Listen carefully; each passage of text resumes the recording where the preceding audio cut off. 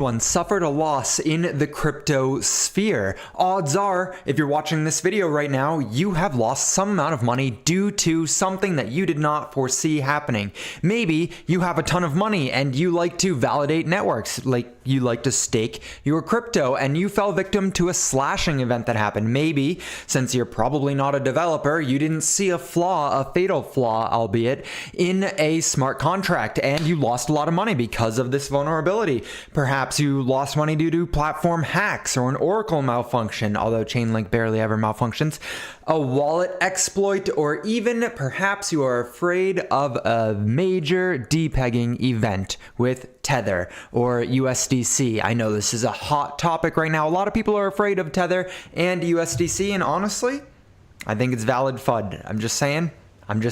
I think it's reasonable to be afraid of those two things, because if either of those were to truly depeg, then all of crypto would go into a dark, dark winter. That's a topic for another discussion. Today, we are here to talk about CheckDot. It is a micro-cap cryptocurrency in the digital asset insurance space. So they are not trying to disrupt all of insurance. They are simply trying to protect your digital assets to some capacity. When I say micro-cap, I really do mean a micro-cap. They are a $1.8 million market cap right now. And we're going to go through their white paper briefly and kind of go over everything, go over their tokenomics, go through their roadmap, give you an overarching view as to what this cryptocurrency is. Honestly, even if you don't invest in it, I think it's definitely worth considering paying some of the premiums to get some of your assets insured. That's my own personal bias, though. Blockchain applications have recently been exposed to a broader audience, giving rise to an ever-growing number of projects and applications. There's 26,000 cryptocurrencies out there, and a vast majority of them are going to fail. And a good chunk of them are going to be malicious as well on top of that. So, for example, blockchain-based real estate is already gaining popularity. We know real-world assets are all over the place. We have DeFi. DeFi was a $170 billion asset class. I don't even know if it should be called an asset class, but it was $170 billion at the peak, and it is only growing. It is only getting larger as more time passes, despite what regulatory agencies in the United States want you to believe. Globally, DeFi is booming. DeFi is doing really well. The problem, so this is really good. I'm honestly a big fan of the presentation here with their white paper, because this is like a company. This is easy for us to understand. They tell you what the problem is. That's one of the check marks that I have when I'm researching in cryptocurrency, is like, hey, is there an actual need for this? Or is it just somebody being like, la-di-da-di-da, let me issue some coins and make some money? A lack of expertise in specific areas makes it difficult to assess whether a project is reliable or not. I don't know how to read smart contracts.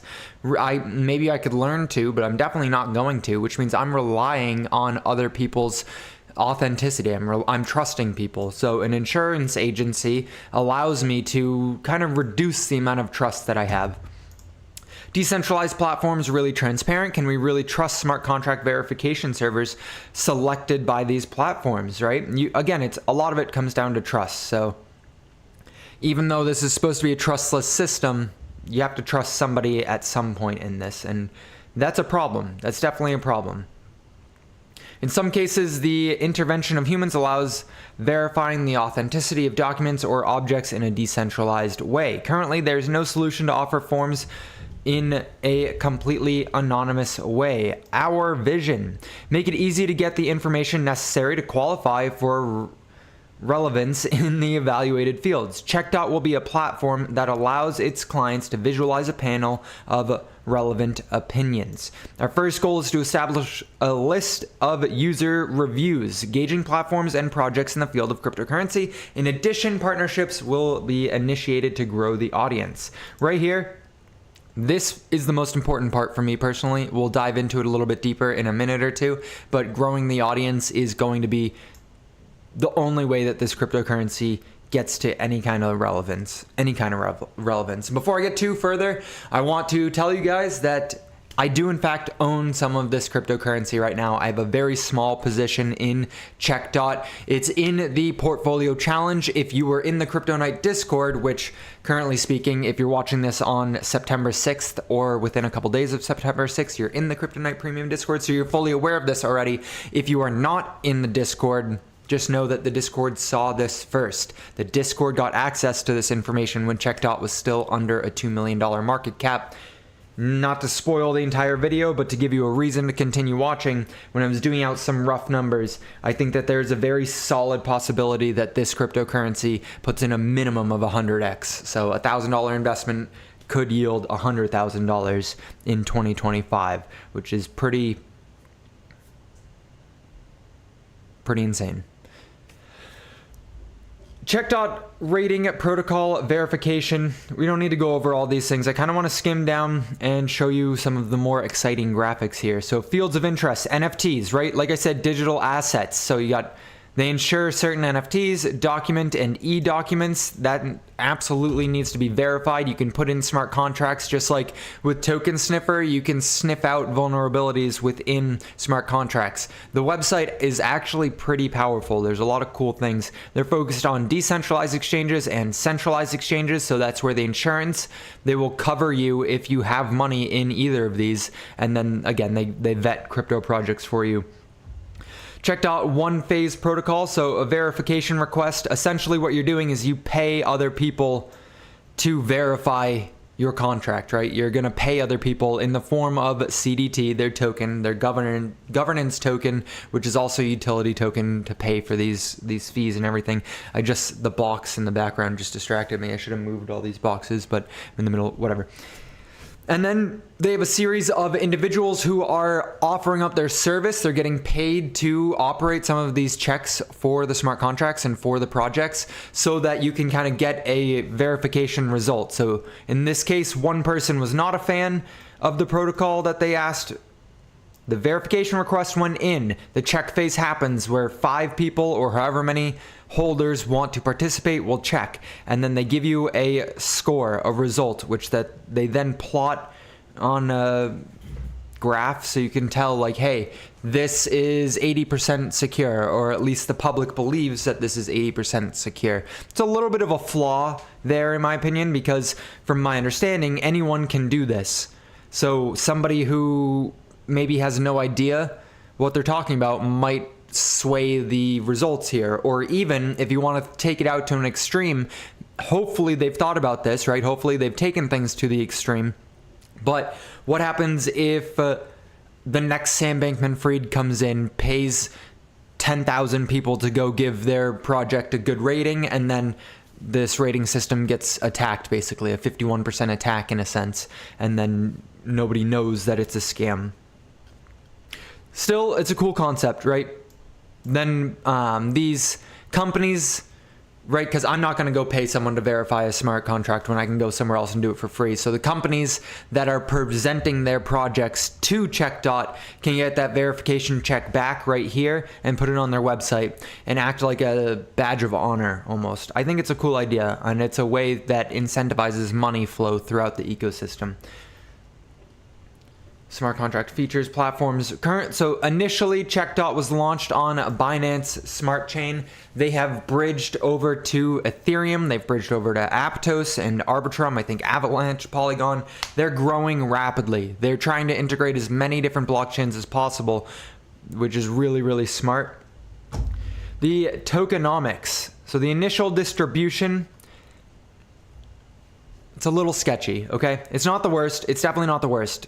I don't want to give that impression, but it is a little bit sketchy. The total number of existing CDT tokens is 10 million. That's set in stone. There will only be 10 million, and I believe currently speaking it is at 90, okay, it's 77% diluted, so that's good. That's a thumbs up from me. That's really good as far as circulating supply versus diluted supply.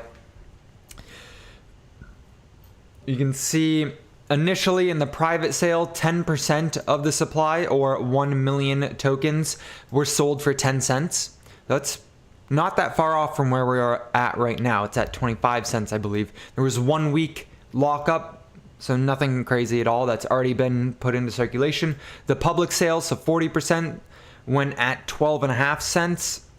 Then you had bounty rewards for starting services, staking program, vesting for 1 year for the market.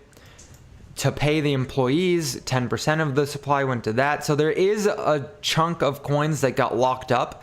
As far as the SEC is concerned, anytime there's a lockup stipulating on price or time, right? Assuming that it sways the price of a coin if there's lockups, and if founders are incentivized to hold for an extended period of time, the SEC has deemed that as a security or indicative of a security. Again, the whole space is just undergoing a legal battle with the SEC right now. You guys are fully aware of that. We'll see how that plays out, but it's something to be aware of. If the SEC wins, CheckDot will likely become labeled a security. I actually brief on it in a second. The thing is that they are based out of Paris, so they might not have any legal grounds to do anything here. The tokenomics are not bad at all. I'm honestly a fan of the tokenomics. The distribution wasn't perfect, but like, it's pretty good. It's pretty good. The roadmap, I checked through all this. We're not going to read through everything, but they stuck to the roadmap, which is good. That's what we want to see. They didn't sway too much from the roadmap. And currently speaking, they're working on bridging over to multiple different chains, which again, you'll see in a second. That's perfect, right? They're even working on Phantom and Arbitrum and everything right now. So yeah, here's where they touch on the legality, the legal issues. Basically, they're just covering their ass here. They're trying to say like, hey, this is not an investment vehicle. Don't treat it like an investment vehicle, but we're going to treat it like an investment vehicle, just like every single cryptocurrency out there at this point. I think it's a well-needed cryptocurrency in the marketplace. I don't know how it's going to play out over the long term. It'll be interesting to watch it. It's such a small cryptocurrency right now. I'm segueing away from the initial intent with this, so I'm going to bring it back for a second.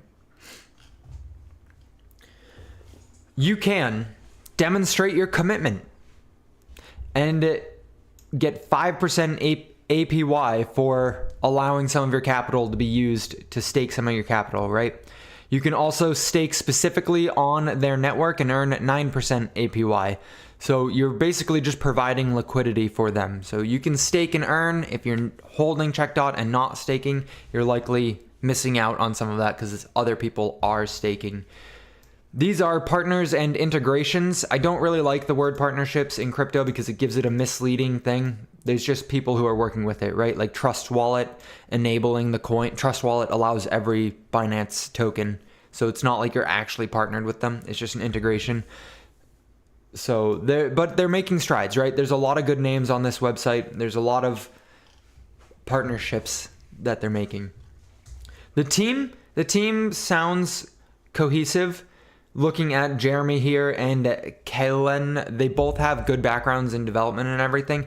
I want to know this guy's background though, the CMO, the Chief Marketing Officer, because if this project is going to succeed, they have to get a lot of assets secured. They have to be able to let people know that it exists in the first place, because right now they do not. And so I'm curious what this guy's background is. They only linked his Telegram here, so it's not... They just didn't make it easy on us. So that's something that I'd be curious about, because right now they only have $27,000 of total cover amount. They've only had 4 claims. There's 1 claim in progress right now. They've only had 4 claims, right? So it's minuscule. This is tiny, tiny, tiny, right? They've only paid out $711 in total payments. They say that they can insure up to $16,000, but the capital pool size is only $44,000. So like, can they? I don't know. It's too small for it to actually be realistic right now. So like, if someone was to actually hit them with a strong claim, the odds of that claim going through are very minuscule. They had... I don't know where it was listed. I can't remember where I was when I saw it, but I think they had recently rejected, here it is. They rejected a $2,000 USDT claim from when it pegged, or from when the stablecoin depegged. I don't think it actually depegged, but just so that you know, it's not like a guarantee that you would get anything claimed. But this is also cool to see. They have Binance Smart Chain, Ethereum, Avalanche, Solana, Polygon, Phantom, Tron, Aptos, and Arbitrum. So they are making progress in that regards. I think that the team is too focused on development and they need to get a little bit of marketing out there. Maybe they'll ramp up marketing when the bull run comes. Who knows? Who knows?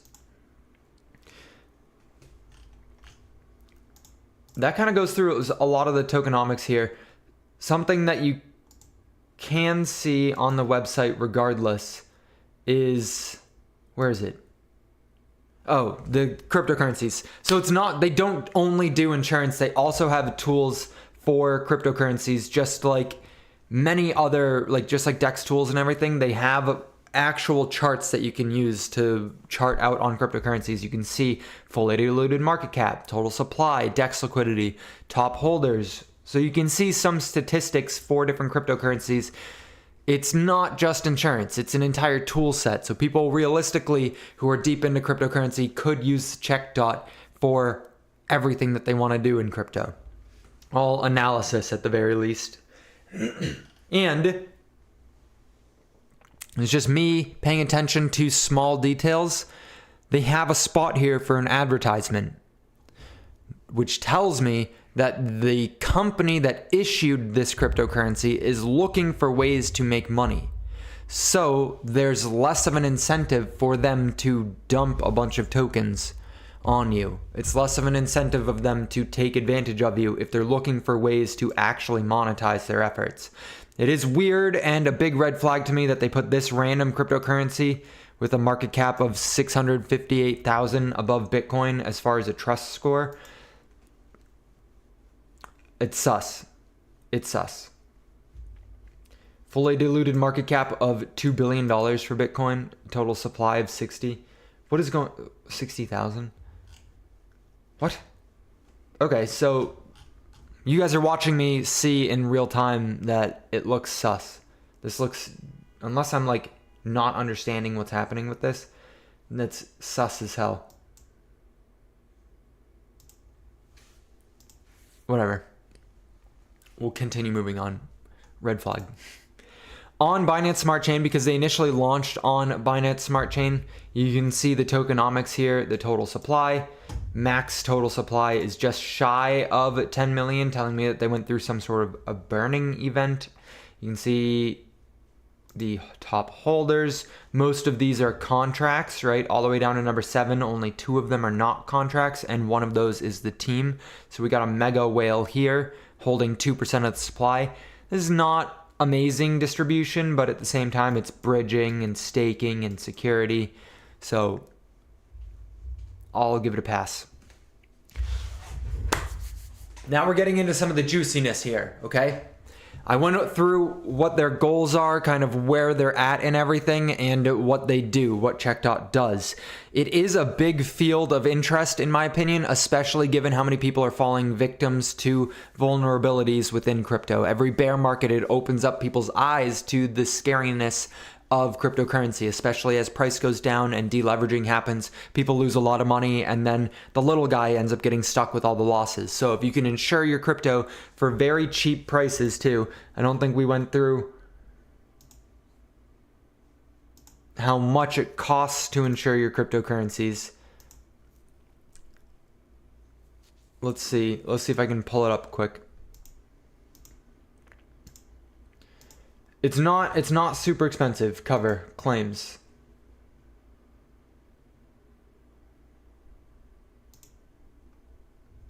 Okay, yeah, I'd have to secure my wallet. I could not connect my wallet for whatever reason. They didn't have MetaMask, and that's where I hold the coins, and so I just didn't. It's not a lot. You're looking at paying like anywhere between 0.1 to 0.3% of your amount insured monthly. So it's not that insane of a premium to have to pay. Out of all of crypto, roughly 1% of the total market cap is in DeFi. So at the peak, it was about $170 billion in the DeFi ecosystem. Currently speaking, it's a lot less. I believe it was like 50 billion, so down 75%. If we operate under the assumption that DeFi going into 2025 grows into a $500 billion industry, up to a $1 trillion industry, I think that's pretty realistic, especially if we think that the entire space is going to grow to a $10 trillion market cap. If DeFi is to grow with that entire space and gain popularity again, I think that the 1% DeFi dominance will not remain for super long, even if we take the lower end of that, okay? And we assume a $500 billion market cap for all of DeFi. Currently speaking, it's estimated that only 1% of all assets in the $47 billion DeFi space are actually covered as of January 2023. The two major competitors in this space are InsureDeFi, and Nexus Mutual, okay? Just so that you're aware of these both. Wow, my brain just completely scattered. I had a little bit of an ADHD moment. All right, let's bring it back. I'm going to stick with my little script that I wrote out. So if we assume that DeFi gets into a space of 500 billion and roughly 1% is insured, I believe that it will probably grow into a larger industry than just 1% as people become aware that it is a possibility because it's brand new. So my operations are anywhere between 1 to 3% of the DeFi is actually insured. So if we assume 1%, that is a $5 billion market cap of insured DeFi at the peak, give or take. If we assume 3%, it's 15 billion up to 30 billion, right? So anywhere between 5 billion to 15 billion dollars for insured crypto. If CheckDot is able to capture even just 1% of that, you're looking at the low end. Wow, my math is and weird here. Even if they're only to capture a very small percentage of that 1%, you're looking at the low end of a $50 million market cap. It's sitting at $2 million of like total assets under management. So just that one very, very low end estimate is significantly more than what CheckDot is actually dealing with currently. I forgot I got off of it. I apologize, guys. This is all over the place right now.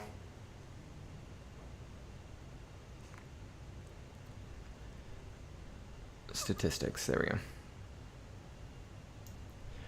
Right, so I'm saying that they would get about $50 million compared to the 27,000 that they have covered right now.